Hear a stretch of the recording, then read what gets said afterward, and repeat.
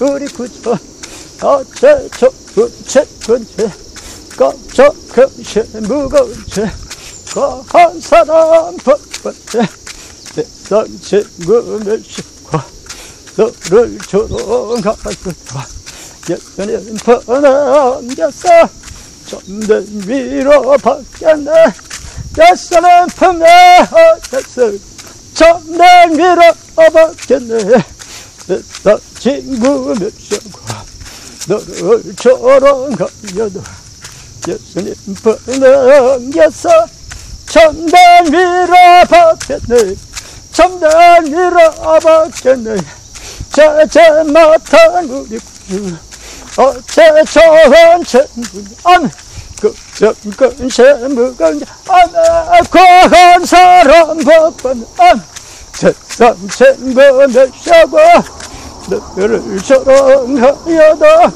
예수님 품안겨서 점점 위로 바뀌었네 내 품에 안겨서 점점 위로 바뀌었네 자지 못한 우리 구주 어찌서운 채인지 깜짝한 새 무거운지 거한 사람 바빴네 세상 친구 멸시하고 너를 조롱하여도 예수님 품에 안겨서 점점 위로 바뀌었네 세상 친구 멸시하고 너를 조롱하여도 예수님 품에 안겨서 점점 위로 바뀌었네 근신되는 증언됨을 아니 진짜 누군가 의질 없이 낙심 말고 기도드려 아랬어 박질 없이 낙심 말고 기도드려 아랬어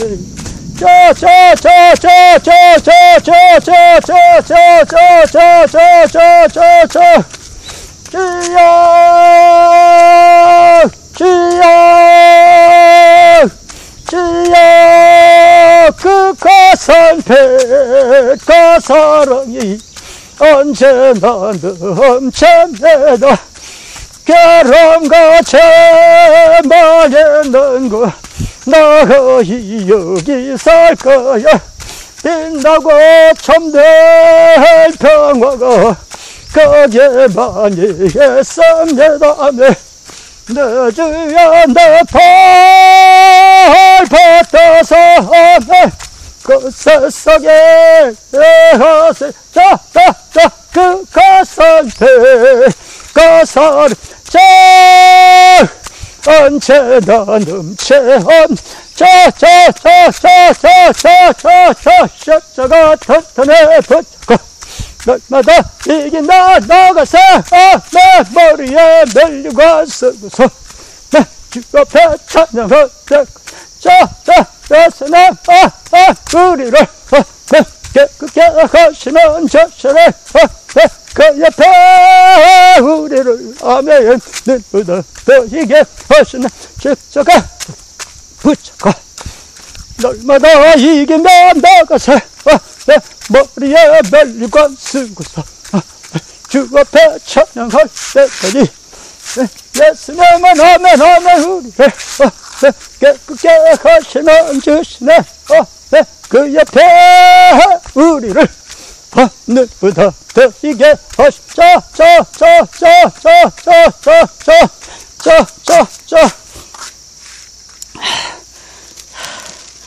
바빌론 왕 벨사살 원년에 다니엘이 그 침상에서 꿈을 꾸며 뇌 속으로 이상을 받고 그 꿈을 기록하며 그 일의 대략을 진술하니라.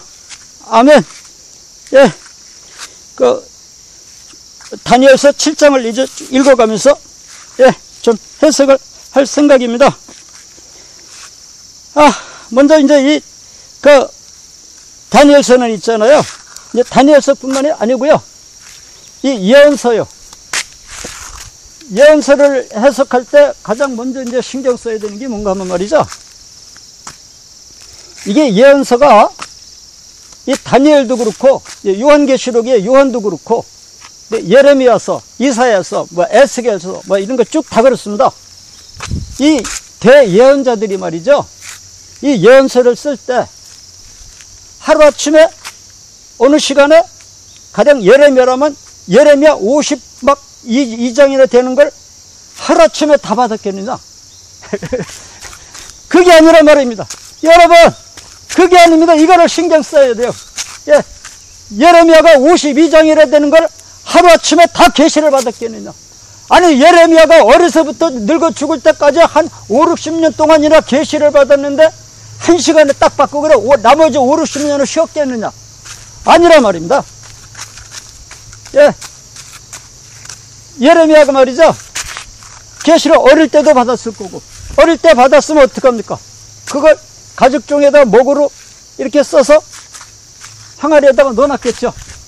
또 한 5년 있다가 또 계시 받았을 거 아닙니까? 그것도 가죽종이에다가 목으로 써서 또 항아리에 또 하나 넣어놨겠죠. 또 한 10년쯤 있다가 또 계시가 내려왔다. 그것도 목으로 써서 항아리에 넣어놨겠죠. 그죠?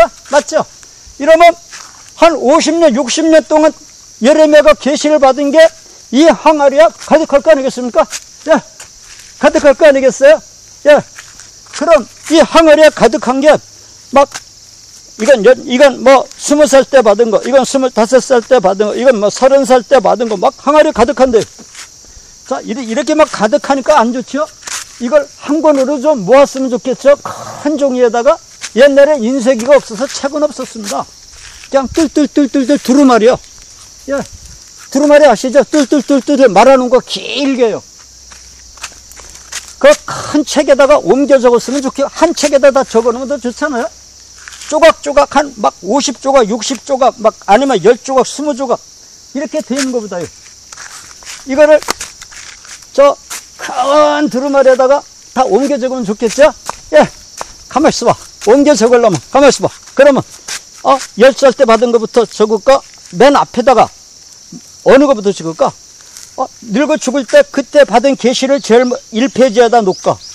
아니면 중간에 받은 계시를 젊었을 때 받은 계시를 1페이지에 놓을까? 아니면 제일 먼저 받은 계시를 1페이지에 놓을까? 이거 고민하겠죠? 예. 만약에 이걸 예레미야가 정리했다면 예레미야가 이걸 고민했을 것이고, 그 후시대 율법학자들이 이거를 한 책에다가 옮겨 적으려도 이걸 놓고 여러분 고민하지 않겠습니까? 어느 걸 1페이지에 놓고 어느 걸 2페이지에 놓고 어느 걸 3페이지에 둘 건지, 한 방 몇십 장 되는데 몇십 권 되는데 이걸 한 권에다 다 적으려니까 어느 걸 1페이지에 놓고 어느 걸 2페이지에 놓고, 이거 좀 이 어렵지 않겠습니까? 이걸 놓고 고민하지 않겠습니까? 예. 그래서 예레미야서 같은 건 있잖아요. 읽어보면요, 시대가 막 뒤죽박죽이에요. 예. 처음에는 요시야 왕 때로 잘 나갑니다. 그러다 갑자기 시드기야 왕이 나타나고요. 그랬다가 또 다시 또 시대가 거꾸로 돌아가서 엘리야김이 또 나타나고요. 예. 그러다 다시 또 시드기야 시대로 넘어갔다가 다시 또 요시야 시대로 또 거꾸로 왔다가 다시 또 저쪽 시드기야 시대로 또 갔다가 다시 또 여호야김 시대로 거꾸로 왔다가, 여러분 예레미야서 읽으면 막 헷갈려요. 예. 그런데다가 다니엘도 그럴 거 아니겠습니까? 다니엘도 이게 12장이나 되는 걸 한 시간에 다 받았겠느냐? 뭐 다니엘서를 몇 번 읽어보신 분들이면 그렇지 않다고 다 이구동성으로 다 말할 겁니다. 내용이 다른데요. 예, 전혀 자막이 다르고 전혀 화면이 다른데요. 그럼 다니엘도 한 열 몇 살 때 포로 잡혀 가가지고 한 80, 90 막 이렇게 될 때까지 오래 살았어요, 다니엘이. 그러면 한 막 6, 70년 최소한도 말입니다. 오랫동안 계시를 받았는데요.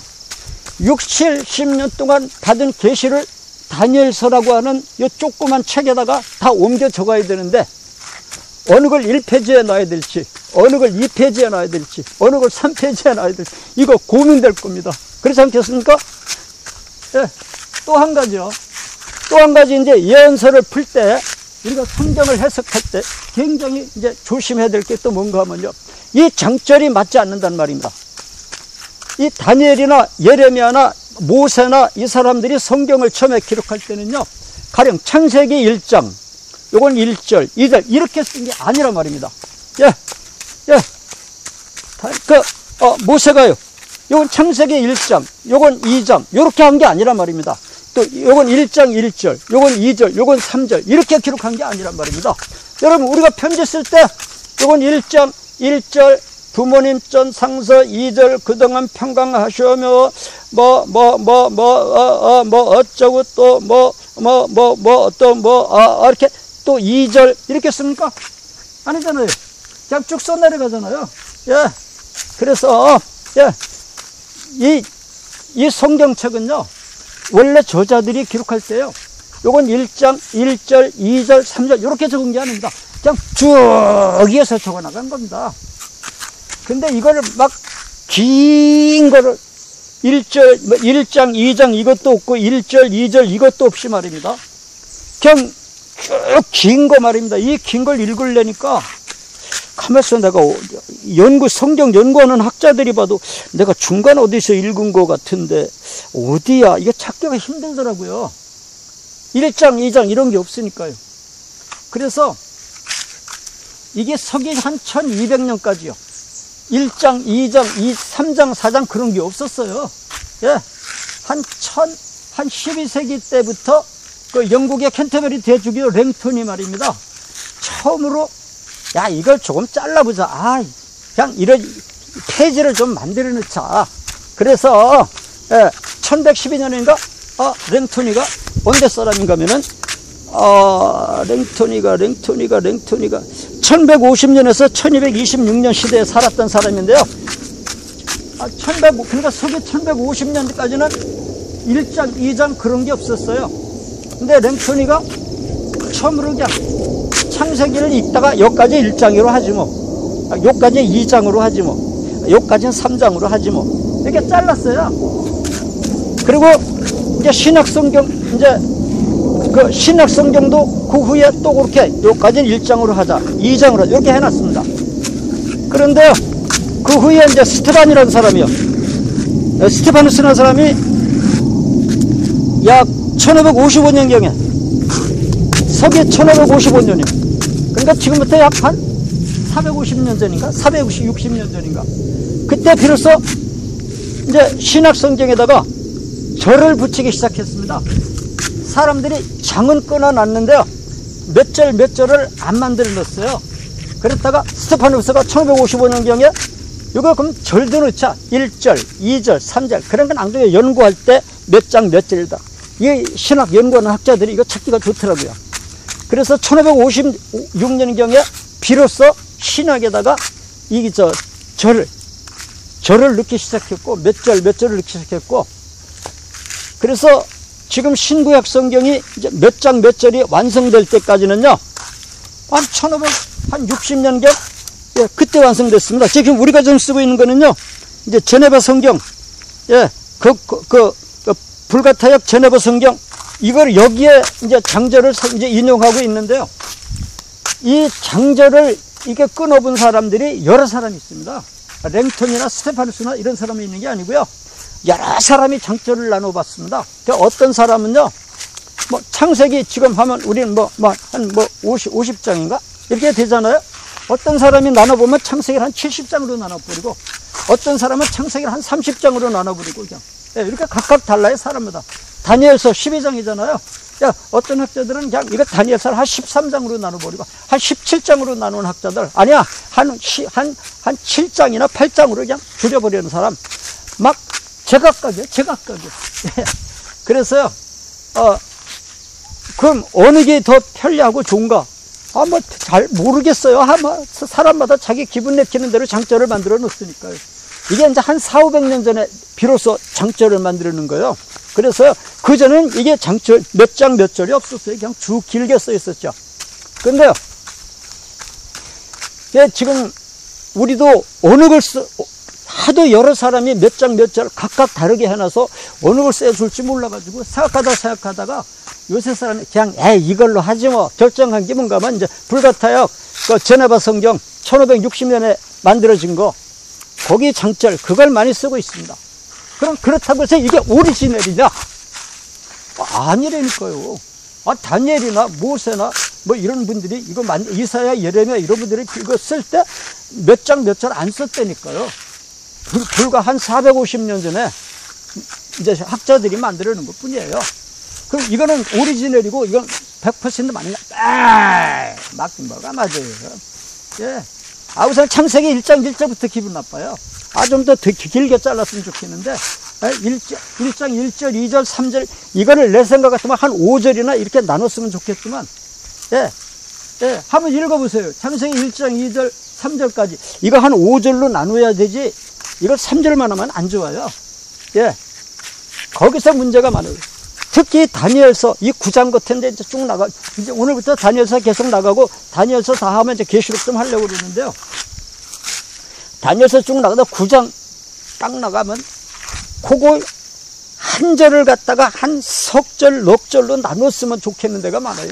그걸 안 나눠놓고 한 절에다 딱 넣어놓으니까 그만 사람들이 해석을 할 때 전부 한 절인 줄 알고 전부 한 이야기인 줄 알고 막 묶어서 해석해버린단 말입니다. 이거 굉장히 문제가 있어요. 그래서 신학을 연구하실 분들은요, 이제 이 장절이 오리지널이 아니라는 거. 장절, 그 성경의 원문이요. 이거 한자라도 고치면 안 됩니다. 원문은 거의 변질이 없어요. 어떤 사람들은 또 원문도 고치지 않은 사람입니다. 그건 신신학자들입니다. 절대 고치면 안 돼요. 자꾸 이게 뺏기고 할 때 뭐 오역이 있지 않겠냐? 아니, 별로 오역 없어요. 심지어 지금부터 BC 한 200년경, 그러니까 한 2200년 전 그 사본 가끔 발견되는데요. 지금 이사야서하고 비추하면 글자 한자도 안 틀린대요. 이게 글자가 틀릴 수가 없어요. 그래, 원문은 절대로 여러분 손대면 안 됩니다. 왜냐하면 원문을 번역할 때 학자들이 율법학자들이 법이 있어요. 가령 아부 이거를 만약에 우리 같으면 아버지 하면 아버지 다 쓰잖아요. 아버지가 아버지가 하나님이 말씀하시기를, 그러면 우리 하나님이 말씀하시기를 다 써버리잖아요. 근데 율법학자들이 성경 뺏길 땐 그렇게 안 합니다. 율법학자들이 성경을 뺏길 때는 어떻게 하면요, 붓을 딱 들고 머리를 식히고 이제 하나님께서 말씀하시기를 쓰려면 붓에다가 먹을 조금만 찍어요. 조금만 찍어가지고 하자만 딱 써요. 그 다음에 붓을 빨아요. 그리고 쉬어요. 오자 생길까봐 좀 머리 좀 식히고 다시 이제 하나님 나자 먹을 조금만 찍어요. 나자만 딱 써요. 그리고 나자 맞나 또 확인하고 또 먹을 붓을 빨아요. 또 쉬어요. 머리 식히고 이제 하나 님자 쓸 때 님자 또 먹을 조금만 찍어 님자 쓰고 또 쉬어요. 먹을 또 붓을 또 빨아요. 이래서 한자 붓을 빨아가면서 이 사본을 이제 필기를 합니다. 뺏깁니다. 율법학자들이 그렇게 해요. 그렇게 해가지고 가령 예를 들어서 신명기면 신명기다. 요거 한 권을 뺏기는데 몇 달씩 걸려요. 밥 먹고 그거만 하는데도 그렇게 하니까요. 근데 그렇게 해도 다 써놓고 조사해보면은 아이고 오자가 있다고요. 근데 이거를 먹으로 우리 지금 같으면 연필을 썼으면 지우면 되는데 먹으로 쓴 거라 지울 수가 없잖아요. 그냥 이렇게 칠하는 수밖에 없죠. 그리고 그 옆에다 새로 써놓는 거죠. 그러니까 그렇게 오자 쓴 게 신명기면 신명기 있잖아요. 신명기에서 오자가 만약에 석자를 고친 게 그러면 석자까지 고쳤으면 좀 잘하지 말이야. 이렇게 석자씩이나 오자가 나온 게 뭐냐 말이야 이거. 하여튼 수고했다고. 그리고 받아줍니다. 석자까지면 오자가. 근데 넉자까지 나왔다 오자가. 고친 게 넉자나 된다. 그럼 불에 집어넣습니다. 불에 태워버립니다. 이거 말이야. 신명기 한 권을, 레위기면 레위기, 마태복음이면 마태복음. 이거 한 권을 번역하는데 오자가 4개씩이나 나와가지고 4번이나 고쳤다면 이건 불에 태워버립니다. 그러면 막 이게 막 율법 학자가 막 몇 달을 막 걸려서 레위기 한 권 번역했는데, 아니, 그 이제 이렇게 뺏겼는데 몇 달 걸려서 뺏겼고, 또 그 옛날에 그 양피 가죽이 얼마나 비쌉니까? 또 가죽값도 있고, 이거 불에 태우고 엎드려서 막 제사장한테 막 빌어요. 이거 놔주시마. 우리 집에 가부하려고. 그러니까 절대 이거 내가 밖에 세상에 안 내보내고 우리 집에 가부할 테니까 아이고 저 좀 주십시오. 저 좀 데우지 말고 아이고 우리 집에 가부 대대로 내려가면서 가부로 가지렵니다. 아이고 막 싹싹 빌면, 그런 조건으로 절대 이건 회당에 갖다 놓지 말기로, 교회에서 절대 사용하지 않기로 맹세를 딱 하고, 그 다음에 이제 그 집에 자기 개인이 그냥 소유하는 거는 허용해줘요. 넉 자까지 고쳤으면. 근데 석자까지만 고쳤으면 그건 이제 회당에서도 사용합니다. 이렇게 뺏길 때 이렇게 정확하게 뺏겨요. 예.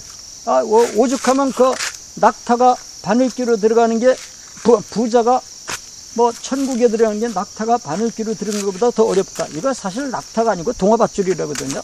또 원문상으로 그렇잖아요. 그런데도 지금도 그걸 못 고쳐요. 예. 지금 사본에 낙타라고 나와 있어서 영어 성경에서도 못 고치고 우리도 못 고쳐요. 이거 몇 자 고치면 석자 이상, 넉자까지 고쳤으면 불에 태운다니까요. 예. 이렇게 성경이 보존돼 나온 겁니다. 그래서 BC 200년 전, 근데 지금부터 1200년 이사야 같은 거, 이사야서에도 특히 66장에 뭐 그때 100세 된 아이가 100세에 죽은 아이가 어린아이, 100세 못 돼서 죽은 사람은 뭐 저주받은 것이다. 이런 거 이해가 안 가잖아요. 하필이면 그런 게 발견됐는데 글자 한 자도 안 틀린대요. 그래서 절대로 성경에 오류는 없습니다. 성경 원문에 손대면 안 됩니다. 아주 그냥 아무것도 모르는 사람들이 뭐 짐작 잡고 이게 여러 대를 내려오면서 자꾸 뺏기다 보니까 오류가 있지 않느냐. 천만의 말씀입니다. 절대 원문은 손대면 안 됩니다. 다만 장절 몇 장 몇 절은요, 한 400~500년 전에 이건 이제 집어넣은 건데요. 이건 여러 학자들이 여러 개 한 건데, 우리는 불가타약 제네바 성경 그거를 우리가 이제 기준으로 쓴 것 뿐이지, 이게 몇 장 몇 절이라는 거는 좀 손봐도 괜찮습니다. 예. 우리가 봐도 안 맞는 게 많아요. 예. 그렇다고 우리가 또 이걸 새로 고치려면 얼마나 고생돼. 그리고 전 세계가 다 이렇게 쓰고 있는데 우리만 또 고치면 이게 또 통일이 안 되잖아요. 그래서 그냥 씁니다. 이건 이해를 해주세요. 그래서 예언서를 해석할 때 몇 장 몇 절에, 여기 한 절에 들어있는 내용이라고 그래서 똑같은 내용이다, 이러면 안 돼요. 한 절 속에도 두 사람이 한 절이가 들어있을 수 있고요.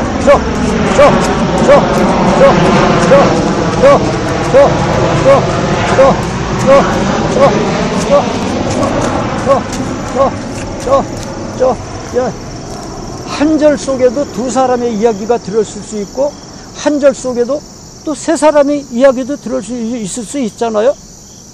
예, 그런 게 많으니까, 그런 거는 사실 두 사람의 이야기라면 2절로 두 절로 나눠야 되잖아요. 이게 한 절로 묶여 있는 게 많아요. 아주 그 다니엘서 9장 같은 데 가면 그런 게 있어요. 아주 그래가지고 학자들이 골탕을 먹어요, 그냥. 예, 그걸 그래서 감안해가지고 몇 장이다, 몇 절이다, 여기에는 매지 말아야 됩니다. 근데 본문에는 죽어도 손대면 안 돼. 아예 지옥 가려면 본문 손대고. 예, 그래서 손대면 안 돼요. 그래서, 그 다음에 이제 또 한 가지는요, 아까 말하다 말은 거예요. 이게 다니엘이가 한 70년, 80년 동안 그렇게 계시를 받았을 텐데, 70년, 80년 동안 계시를 받은 게 다니엘 12장 이게 다겠느냐? 또 있을지 몰라요. 그런데 그건 발견이 안 되는 것 뿐이고요. 그 다음에 이 12장도 어느 날 하루아침에 다 받은 거냐? 우리가 읽어봐도 하루아침에 받은 게 아니죠. 느부갓네살 왕 때 받은 거 따로 있고, 지금은요, 벨사살 왕 때 또 받은 게 여기 또 나오잖아요. 또 아하수 다른 왕이요, 다리오 왕이나 이런 왕도 또 나오잖아요. 이렇게 시대가 다르단 말입니다. 그래서 여러 시대에 다니엘이 20살 때 받은 거, 30살 때 받은 거, 40살 때 계시 받은 거, 50살 때 계시 받은 거 여러 개가 있다는 거. 다니엘서 1장부터 12장까지가 1시간에 받은 계시가 아니라는 거. 이걸 꼭 명심해야 됩니다. 해석해야 될 때요. 그 다음에 이제 또 한 가지 신경 써야 될 것은, 이제 우리가 지금 다니엘서 이제 7장부터 들어와서 신경 쓰는 게 뭔가 하면 네 짐승, 예, 마지막 네 번째 짐승이요. 이제 적그리스도. 이걸 가지고 우리가 신경을 쓰는 건데요. 예. 이 적그리스도에 대해서 하나님이 다니엘에게 보여주실 때, 가령 20살 때도 보여주셨다. 30살 때도 보여주셨다. 40살 때도 보여주셨다. 50세 때도 보여주셨다. 여러 차례 보여줄 수 있었을 거란 말입니다. 그런데 보여줄 때 똑같은 모습을 보여주느냐? 똑같은 모습을 보여줄 수도 있고 다른 모습을 보여줄 수도 있죠. 가령 예를 들어서 네 번째 짐승이 있는데 어떤 때는 네 번째 짐승의 머리 부분을 보여줄 수 있지 않겠습니까? 안 그렇습니까? 또 어떤 때는 네 번째 짐승의 눈 부분을 크로스업 시켜서 보여줄 수도 있지 않습니까? 가령 20살 때는 네 번째 짐승의 얼굴 전체 윤곽을 보여줬다가 30살 때는 네 번째 짐승의 눈 부분을 보여줄 수도 크로스업 시켜서 보여줄 수도 있잖아요. 또 40살 때는 몸통 부분을 보여줄 수도 있잖아요. 네 번째 짐승의. 또 50살 때는 내 다리 부분을 보여줄 수도 있고, 어떨 때는 등하고 꼬리 부분을 보여줄 수도 있고, 어떤 때는 배 부분을 보여주고, 이게 그러니까 20살 때 받은 거나 30살 때 받은 거나 50살 때 받은 거나 70세 때 받은 거나 시대는 달라서 어느 건 다니엘서 7장에 기록되어 있고, 어느 건 9장에 기록되어 있고, 어느 건 11장, 어느 건 12장 이렇게 기록되어 있지만 내내 짐승은 똑같은 짐승이란 말입니다. 똑같은 짐승인데 어떤 때는 앞부분을 보여주고, 어떤 때는 뒷부분을 보여주고, 어떤 때는 전체 윤곽을 보여주고, 어떤 때는 또 다른 부분, 어느 때 또 어느 부분, 또 어떤 성격의 부분, 이렇게 각각 다르게 보여줄 수 있단 말입니다. 만약에 이제 네 번째 짐승이 7장에 나왔으니까 9장에 나오는 네 번째 짐승은 또 다른 짐승이다. 이렇게 해버리면 여기서 아주 날이 넘을 수가 있어요. 이럴 수도 있지만 이렇지 않는 경우가 굉장히 많아요. 그래서 이 7장에 나온 네 번째 짐승이나 9장에 나오는 네 번째 짐승이나 11장에 나오는 네 번째 짐승이나 내내 똑같은 짐승이라고 생각하는 게 제일 편합니다. 또 이제 또 다를 수도 있고요. 예. 그리고 이 다니엘서뿐만 아니라 특히 요한계시록 같은 거는 종말 심판을 하나님이 요한한테 보여주는데, 어떤 때는 종말 심판의 앞부분을 보여주고, 어떤 때는 종말 심판의 가운데 부분을 보여주시고, 어떤 때는 또 몇 년 있다간 또 끝부분을 보여주시고, 또 몇 년 있다가는 첫 번째 부분을 보여주시고, 또 어떤 때는 몇 년 있다가는 양쪽 사이드 부분을 보여주시고, 이렇게 막 백면을 보여줬다가 포스트문을 보여주셨다가 막 여러 부분을 보여줘가지고 사도 요한이 그걸 다 기록해놨는데, 그게 어떤 건 7장에 6장에 기록됐고, 그 6장에 종말 심판이 나왔는데, 그럼 세상이 끝나야 되는데 8장에 가서 종말 심판이 또 나와. 아니 6장에서 종말 심판 했는데 왜 8장에서 종말 심판이 또 나와? 9장에 또 나와. 또 뭐 11장 12장 나가면 거기 또 종말 심판이 또 나와. 또 16장에 종말 심판이 또 나와. 또 20장에 또 나와. 21장에 또 나와. 도대체가 요한계시를 해석하려면, 아니 6장에서 종말 심판 다 해쳤는데 왜 막 9장에 또 나와, 8장에 또 나와, 막 12장, 11장 여기 또 나와, 또 저쪽에 또 뭐 16장 이쪽에 또 나와, 막 19장 여기 또 나와, 막 계속 종말 심판이 나오니까 칼빈 같은 사람들도 그냥 11장인가 몇 장까지 그냥 그 주석을 쓰다가 찢어버릴 때잖아요. 다 구겨버릴 때잖아요. 도저히 내 요한계시록은 해석 못하겠다고. 예. 왜냐하면은 6장에서 종말 심판 했는데 또 나오고 하니까 이 문제가 되는 거죠. 그러니까 그게 아니란 말입니다. 6장에서는 똑같은 종말 심판인데 이쪽 부분을 보여줬고, 8장에서는 또 다른 부분을 똑같은 종말 심판인데 다른 부분을 보여줬고, 또 이제 6장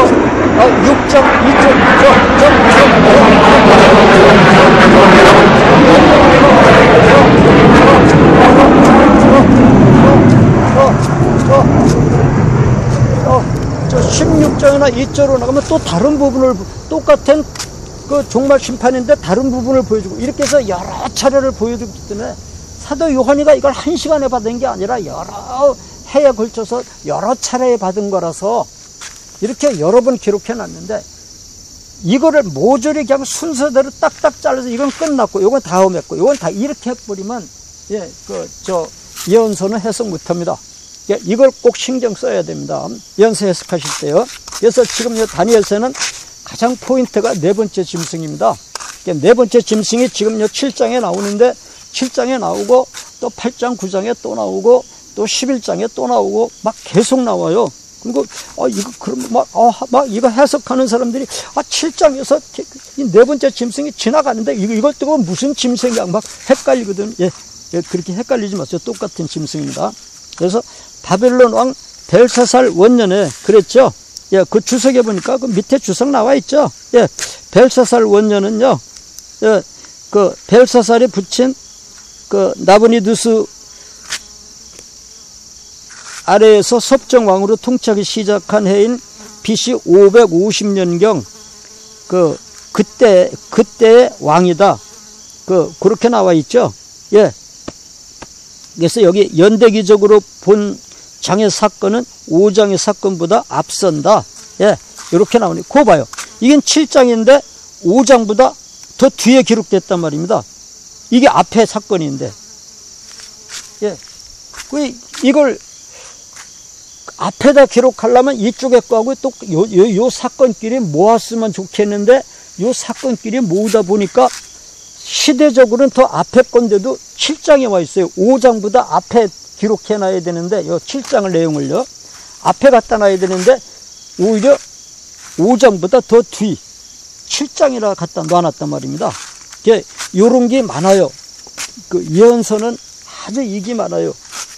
그래서 요거를 가장 신경 쓰고 해석해야 됩니다.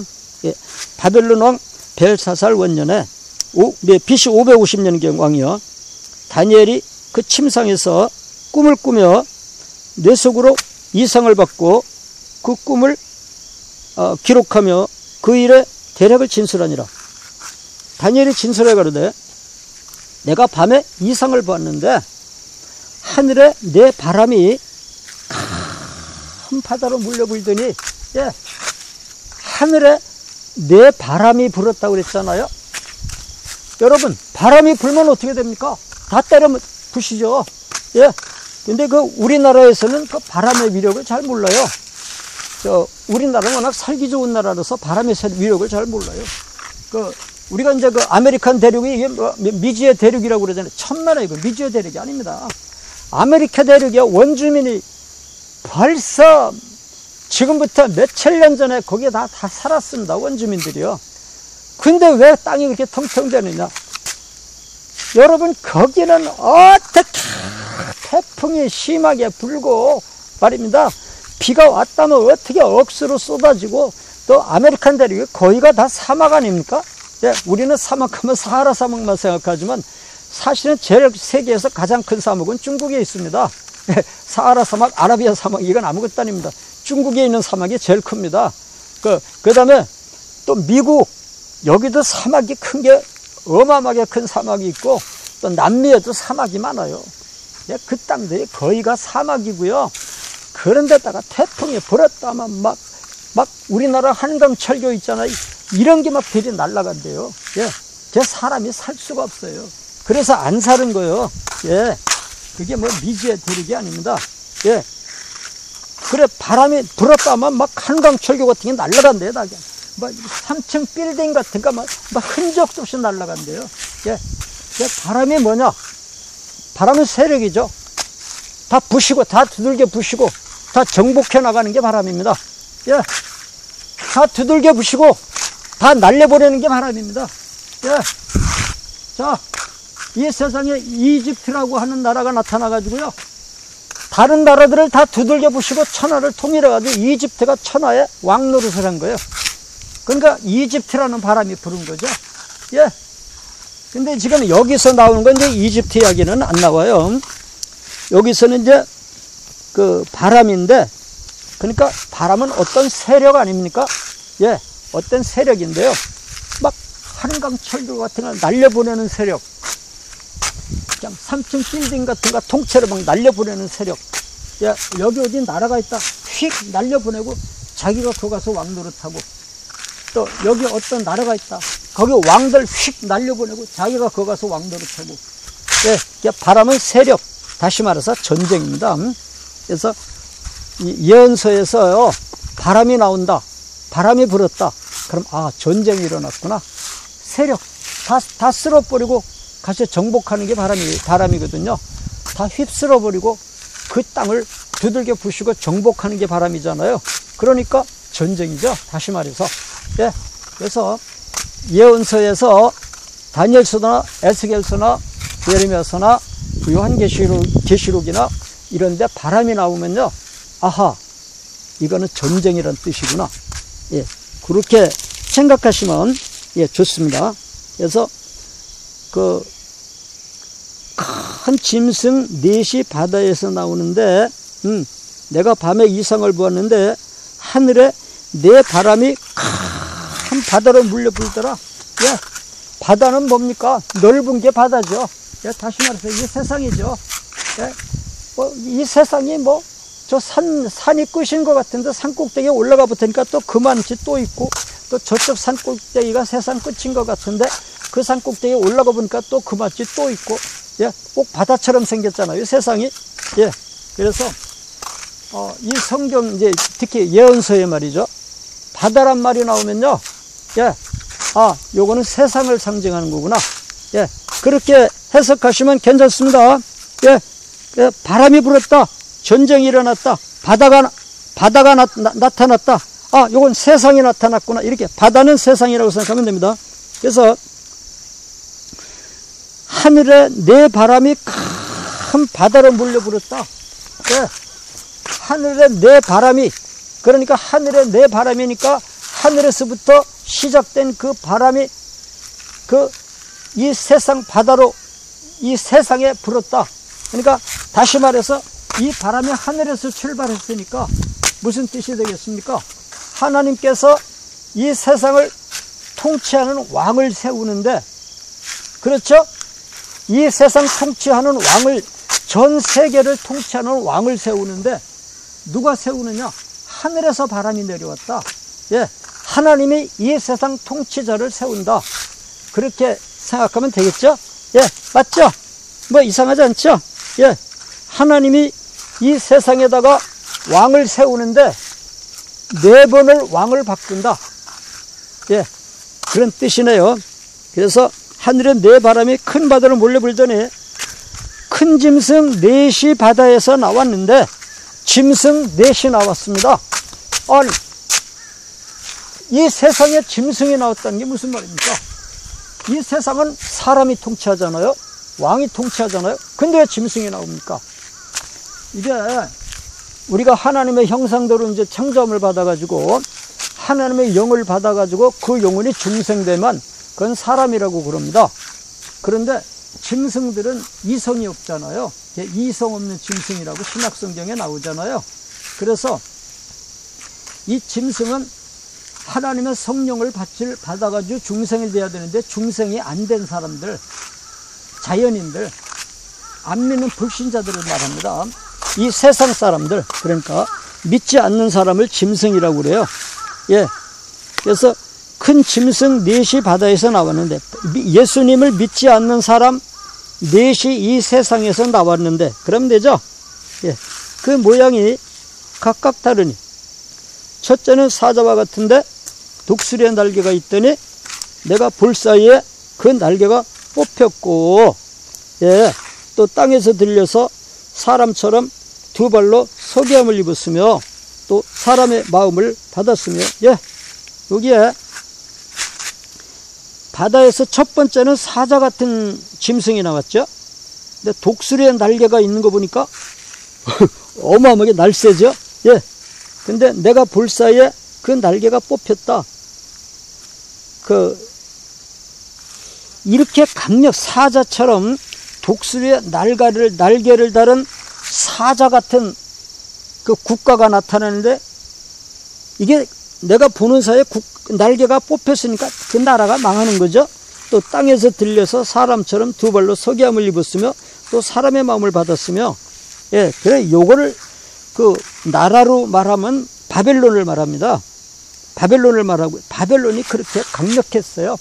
그 당시 전 세계를 다 통치했어요. 예, BC 한 600년경 이때 바벨론의 세력이 어마어마했습니다. BC 600에서 한 500년경까지요. 그래서 큰 짐승 넷이 바다에서 나왔는데 그 모양이 각각 다르니 첫째는 사자와 같은데 독수리의 날개가 있더니 내가 볼새에 그 날개가 뽑혔고, 예, 바벨론이 한참 성장하다가 이젠 온 세상을 바벨론 천하가 되느냐? 아니, 그 세력도 뽑힙니다. 뽑혔고, 그리고 이제 사람, 왕으로 말한다면 느부갓네살을 말하죠. 바벨론의 느부갓네살 왕이요. 이 느부갓네살 왕이 7년 동안 소처럼 풀을 먹고 나서는 사람의 마음을 다시 돌아와가지고 그때부터는 하늘을 바라보면서 하나님을 섬기지 않던가요? 예, 그래서 사람의 마음을 받았다. 이렇게 생각하면 되겠네요.